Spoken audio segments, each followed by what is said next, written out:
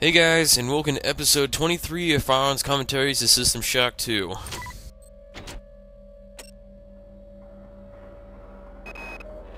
In order to reverse the gravitronic generators, I need to get into Nacelle B. In order to get into the nacelle, I need my damn access card. But I left it on the opposite side of the hull breach. Wait a minute. If I can extend the auxiliary support struts, I could. If they've survived the blast, that is. Well, you heard him. Gotta get that keycard real quick. Those buttons I pressed to summon those support strunts come in handy right about now. This is usually the part of the game where most players get confused. I mean, Shepard Reborn also forgot about this part. Usually because it's quite easy just to skip around this area and forget about this keycard and reversing the gravity and all that, causing you to go through a very long backtracking process. Not too fun, I can admit that.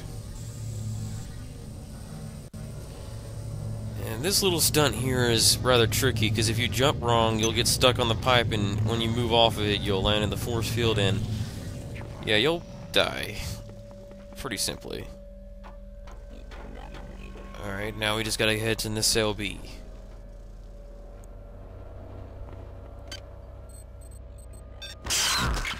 But that situation is just one of the few jumping puzzles in this game, all of which appeared during the later half of the game. I'm guessing because of the lack of coherent level design, they decided to implement more challenge by introducing those jumping puzzles. Although, logically, I don't know how they really fit in, because at one point you actually have to jump on nuclear missiles in order to get to Pot 2. Doesn't make the best sense, but hey, what can you say? Although, there is one particular jumping puzzle that I'm sure many of you are aware of that is extremely irritating. In fact, probably a few newbie players are stuck on that part of the game. And you probably all know that I'm talking about that one jumping puzzle in the body of the many, but we'll get to that soon enough when I finally get to the body of the many. And just taking care of these turrets because I don't want to deal with them when I come back. Last thing I want is a bunch of slugs in my back when I'm climbing up a ladder. And with the amount of enemies nearby, I really need all the health I can get. Yeah, I decided to make a little detour to recharge my stuff real quick.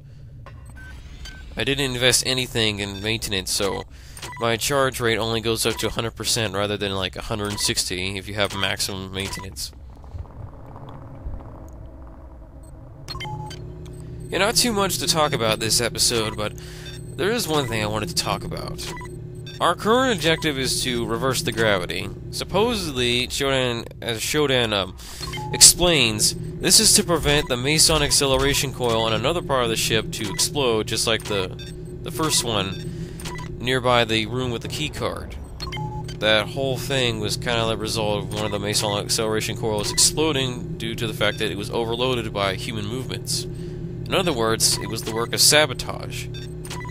The question is, who sabotaged it? Shepard Reborn indicated that it might have been sabotaged before the mission ever began, but it never blew up until just this moment. So it may not have been the work of the many at all, but rather someone else. Shodan might have also had a hand in it too, but there's really no clear indication. It's probably left blank just to make you think about it. But there's probably another more sinister reason for reversing the gravity, considering that our old friend Diego is injured and crippled and infected with the many virus in his body, sitting on a medical bed. Now, imagine what would happen if you were lying, all cuddled on a freaking medical bed, just resting to get your wounds healed, and then suddenly gravity reverses and you fall onto the ceiling. Rather sharply, I'd say. Now, wouldn't that hurt? No, rather, if you were actually in the middle of surgery or recovering from surgery, something like that would actually kill you, perhaps. See what I'm getting at here? What I'm getting at is that Shodan may possibly want me to reverse the gravity to indirectly kill Diego. And anyway, here's another log from Bayless. For some reason, they couldn't get a hold of my mind the way they could the rest. So when I found the remains of the data wafer near the crater back on Tau Ceti, I didn't say a word.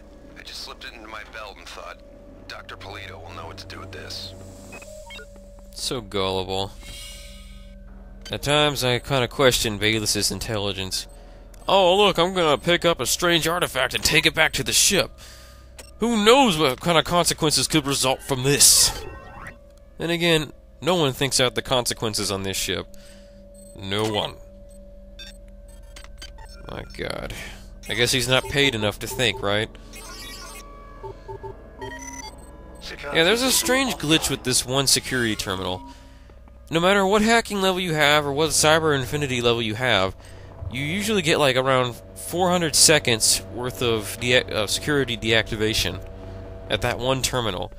Extremely useful, and normally people don't know about it.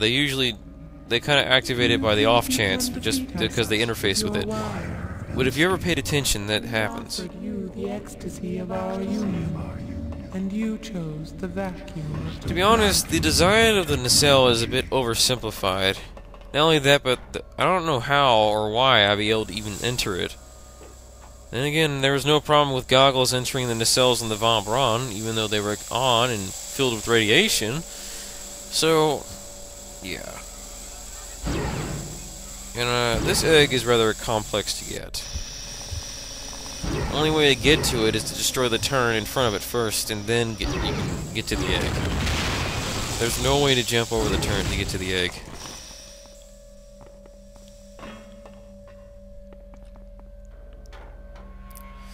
There's also another question. Why would reversing the gravity in nacelle... Actually, why would gravity reversal switches be in a freaking nacelle in the first place? Wouldn't they be elsewhere in the ship? What do engines have to do with the gravity on a ship? That makes practically no sense at all. I thought engines were responsible for propulsion, not for keeping everything on the ground. Not only that, but since I actually pushed the button, why would it only affect one part of the ship and not the entire ship? I know it might have been the limits of, 1990s computers, but still. It's a little questionable. But then again, anything's questionable at this point, considering how bad the design choices are. I'm not trying to be mean about it. I'm just saying.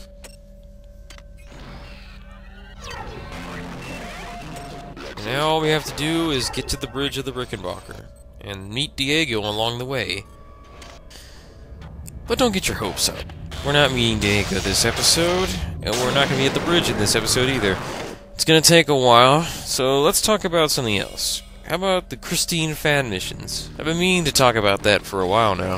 If you're a die-hard System Shock 2 fan, you should know exactly what I'm talking about. But this is for the typical viewer, so here goes. The Christine fan missions is possibly some of the best dedication to System Shock 2 you can find online. It's made up of four different fan missions. 3 of them are main missions, while the other one's an extra one, like, kind of like a holiday mission, you could say. But I'm just going to talk about the 3 main missions. There's Ponderby Station, Nightwalker, and Polaris 32AL. Each of them has a slightly different focus and takes place in unique environments. Ponderby takes place on a space station orbiting a planet. I think it was a Jehovah or something like that. Nightwalker is on a starship, a military vessel just like the Rickenbacker, and the Polaris research station is on a snowy planet. Therefore, you're playing that one mainly on the surface of a planet rather than out in space, which is probably why Polaris has more reason to be popular. They gradually get harder as you go, like Nightwalker's harder because of the more earlier encounters with powerful enemies and all that jazz. Polaris, I think it's hard just because not only do you encounter those same tough enemies, but there's also the whole scavenger hunt of fighting like about 7 different items in order to complete the fan mission.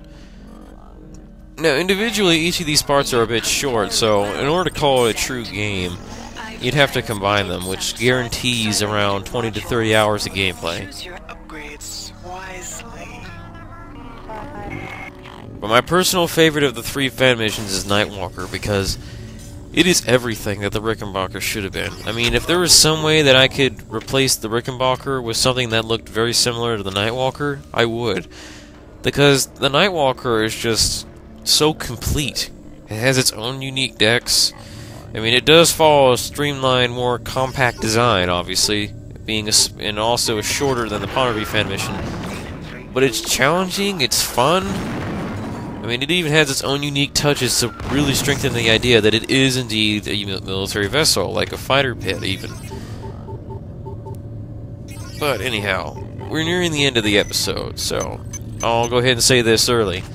This has been episode 23, and I'll be seeing you guys soon enough in episode 24. There's a preview coming up, so if you wish, you can stick around for it. And before we end it off, let's listen to a log by Anatoly Kerenskin. What did I think power was? What was my concept of joy? How empty life must have been. As I merged my body with the biomass, I began to sense the borders of rapture.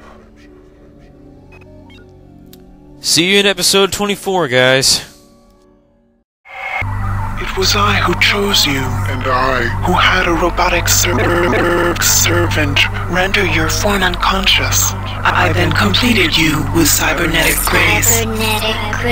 Have potential. Every implant exalts you. Every line of code in your subsystems elevates you from your disgusting flesh.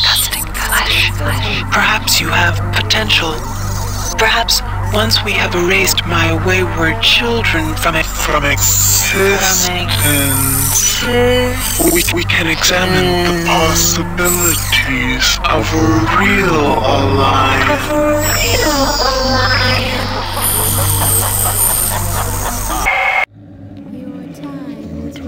Your time is running out. This place is a womb where we grow our future. Your weapons fail. Your ammunition runs low. And you've yet to see our most beautiful creation. All you have is your hatred and your individuality. Now don't you wish you joined us? Would you then feel so alone?